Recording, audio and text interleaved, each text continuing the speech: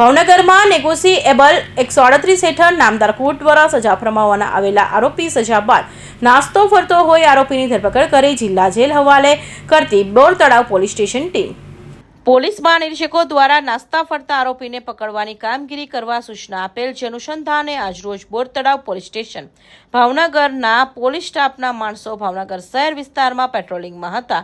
તે દરમિયાન પોલીસ સ્ટાફને બાતમી રાય હકીકત મળેલ કે નેગોશિયેબલ એક્ટ 138 મુજબ ગુનાના ફોજદારી કેસ નંબર 6175/2023ના આરોપી રવિ ભરતભાઈ ઉર્ફે ભીખાભાઈ ગોહિલ 1 વર્ષથી ફરાર હતા, જે હાલ કુંભારવાડ ખાતે હોવાની હકીકત મળી આવેલ।